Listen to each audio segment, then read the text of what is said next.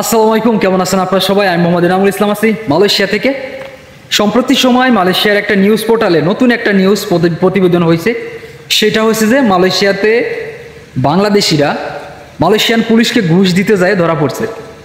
আসলে এটা খুবই দুঃখজনক ব্যাপার যে আপনার বাংলাদেশিদের দেখলে পরে মালয়েশিয়ান পুলিশদের মাথা ঠিক থাকে না।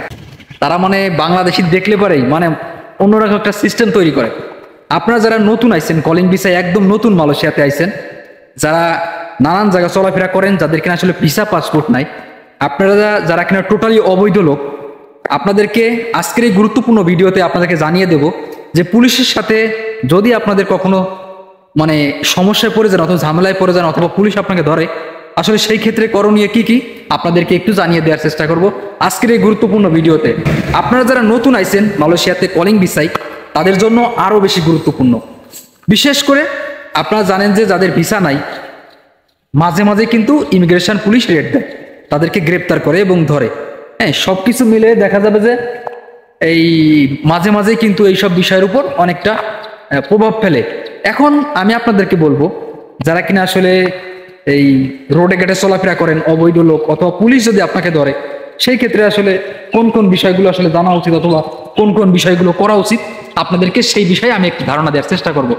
প্রথমত, যদি কোনো পুলিশ আপনাকে ধরে অথবা যদি কোনো পুলিশ আপনাকে জানতে চায় যে তোর কাগজপাতি আছে কিনা, যদি আপনি সঠিক হন এবং লিগাল হন, অবশ্যই আপনার যে সঠিক এবং বৈধ যে সকল কাগজপাতি আছে, ডকুমেন্ট আছে, আপনি তাদের কাছে শো করুন, তাদেরকে দেখান যদি আপনার কোনো বৈধ ডকুমেন্ট সব থাকে।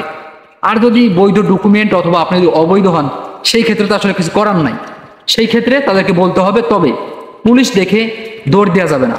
পুলিশ দেখে আপনি সরাসরি দৌড় দেবেন না, তাহলে কিন্তু আপনার সমস্যা হয়ে যাবে, পুলিশ কিন্তু আপনার উপর চড়াও হয়ে যাবে। আর একটা বিষয়, সেটা হচ্ছে যে পুলিশ দেখে অথবা সাথে সাথে দৌড় দিয়ে অথবা পকেট থেকে টাকা বাইর করে তাদেরকে দেওয়া যাবে না, কখনোই করা যাবে না এই কাজ।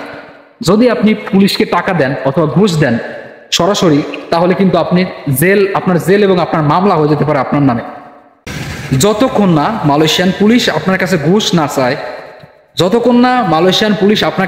না চায়, আপনি ঘুষ দিতে পারবেন না, তাদেরকে কখনোই আপনি ঘুষ দিতে পারবেন না।